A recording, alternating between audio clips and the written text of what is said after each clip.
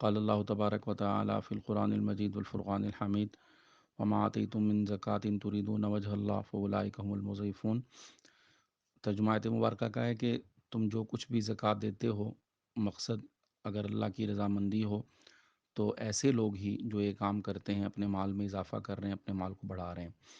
تو اس آیت مبارکہ سے ثابت ہوا کہ اگر اللہ کے راستے میں پیسہ لگایا جائے اور خاص طور سے زکوٰۃ صدقات واجبہ دیے جائیں تو اس سے مال میں اضافہ ہوتا ہے، مال میں کمی نہیں ہوتی، مال میں برکت ہوتی ہے۔ اس کے برعکس سود کے بارے میں، حرام کے پاس پیسے کے بارے میں اللہ فرما رہے ہیں یمحق اللہ الربا، اللہ سود کو مٹاتے ہیں، اللہ حرام کے مال کو کم کر دیتے ہیں۔ یہی وجہ ہے کہ جو لوگ حرام کھاتے ہیں، حرام کماتے ہیں، ان کو کبھی پرسکون نہیں دیکھا گیا۔ میں نے لفظ استعمال پرسکون، کہ دنیا بھر کی چیزیں ہونے کے بعد بھی ان کے پاس سکون نہیں ہوتا۔ اور جو لوگ اللہ کا مال اللہ کا کے طریقے کے مطابق، اللہ کے حکم کے مطابق مال کماتے ہیں اور پھر مال کے حقوق ادا کرتے ہیں، اللہ ان کے مال میں برکت دیتا ہے۔ یاد رکھیں، برکت کا مطلب کسی چیز کا زیادہ ہونا نہیں ہے، کوانٹٹی کا زیادہ ہونا نہیں ہے۔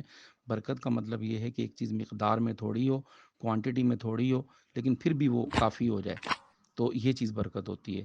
کسی چیز کا زیادہ ہونا برکت نہیں ہوتا۔ تو بہرحال آیت مبارکہ سے زکوٰۃ کے بارے میں معلوم ہوا کہ زکوٰۃ ادا کرنے سے مال میں برکت ہوتی ہے، اضافہ ہوتا ہے۔ اور آج کل لوگ انشورنس کرواتے ہیں، انشورنس کروانا تو جائز نہیں ہے، خواہ وہ گوڈز انشورنس ہو یا لائف انشورنس ہو۔ علماء کہتے ہیں جائز نہیں ہے، کیوں نہیں ہے، کبھی انشاءاللہ اس موضوع پہ بات کریں گے۔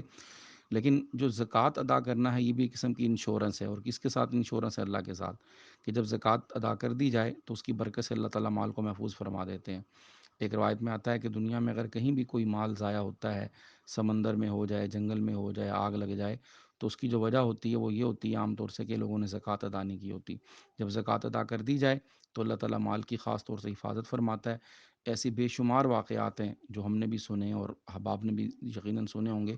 اس لیے زکوٰۃ کی ادائیگی میں تھوڑی سی بھی ہمیں غفلت نہیں کرنی چاہیے، لیکن لا علمی کی وجہ سے یا بسا اوقات غفلت کی وجہ سے ہم لوگ زکوٰۃ ادا نہیں کرتے، اور خاص طور سے جو ہماری مائیں بہنیں ہیں ان کی طرف توجہ نہیں ہے۔ تو آج جو بات کرنی ہے وہ یہی ہے، اس بات کی طرف متوجہ کرنا ہے کہ ہم لوگ اپنے زکوٰۃ کی ادائیگی کریں۔ ماؤں بہنوں کے پاس سونا ہوتا ہے، زیور ہوتا ہے، چاندی ہوتی ہے۔ حضرت عائشہ صدیقہ رضی اللہ عنہ کے پاس 2 کنگن تھے۔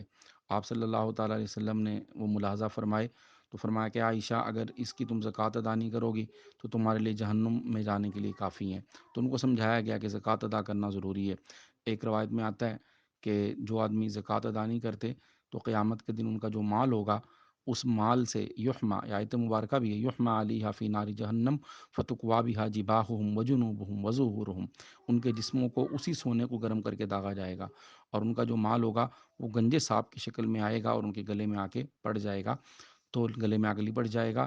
تو یہ وعیدیں ہیں زکوٰۃ ادا نہ کرنے پہ۔ اور اگر زکوٰۃ ادا کر رہے ہیں، ایک تو یہ کہ ہمارے مال میں اضافہ ہو رہا ہے، مال میں برکت ہو رہی ہے، دوسری یہ کہ مال میں کی حفاظت بھی ہو رہی ہے۔ تو اس لیے زکوٰۃ کے حوالے سے ہمیں اویئرنیس کی بہت زیادہ ضرورت ہے۔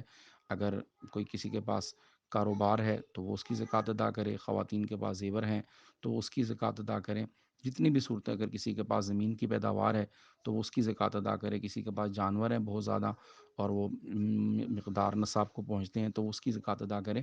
تو یہ بہت ضروری ہے۔ اللہ تعالیٰ سے دعا ہے ہمیں اللہ اپنے راستے میں خرچ کرنے کی توفیق نصیب فرمائے، نفلی طور سے بھی، اور جو واجب چیزیں ہم پر ہو رہی ہیں چیزیں، ان کو بھی ہمیں اللہ تعالیٰ ادا کرنے کی توفیق دے۔ انشاءاللہ 1-2 دن میں زکوٰۃ کی بنیادی مسائل عرض کیے جائیں گے۔ کل صدقہ فطر کے کچھ مسائل بیان کیے تھے، اس حوالے سے تمام بھائیوں سے اور بہنوں سے گزارش ہے، لیکن تھوڑے سے وقت میں سارے مسائل کا احاطہ نہیں ہو سکتا، سارے مسائل کو ہم ذکر نہیں کر سکتے، تو بس متوجہ کرنا مقصود ہوتا ہے۔ بنیادی مسائل عرض کر دیے جاتے ہیں، پھر اس کے بعد یہ کہ آپ مسائل پوچھ سکتے ہیں، علماء ہیں جس مکتبہ فکر سے آپ بلونگ کرتے ہیں، آپ اس مکتبہ فکر کے جو مستند ماہر علماء ہیں ان سے مسئلہ پوچھ لیں، انشاءاللہ ضرور بتائیں گے۔ اور اگر آپ مجھ سے پوچھنا چاہتے ہیں پرسنل میں تو انشاءاللہ میں بھی حاضر ہوں۔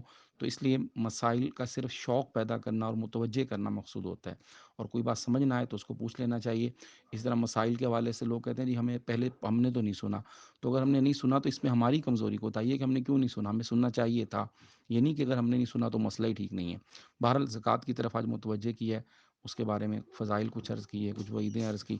ایک اللہ والے تھے، صبح تہجد میں بیٹھے ذکر کر رہے تھے، ان کے گھر میں چور آ گئے۔ اب ان کو پتہ لگا کہ چور تالا توڑنے کی کوشش کر رہے ہیں، جس کمرے میں مال پڑا ہے اس کمرے کا، تو فرمایا کہ جتنا مرضی زور لگا لو تو تم میرے گھر کا تالا، اس کمرے کا تالا نہیں توڑ سکتے، اس لیے کہ میں نے اس کی زکوٰۃ ادا کر دی ہے۔ تو یہ یقین ہوتا ہے، اس لیے زکوٰۃ ادا کرنے کی طرف متوجہ ہوں۔ انشاءاللہ اس کے بنیادی مسائل بھی عرض کیے جائیں گے۔ اللہ تعالیٰ ہم سب کو توفیق نصیب فرمائے۔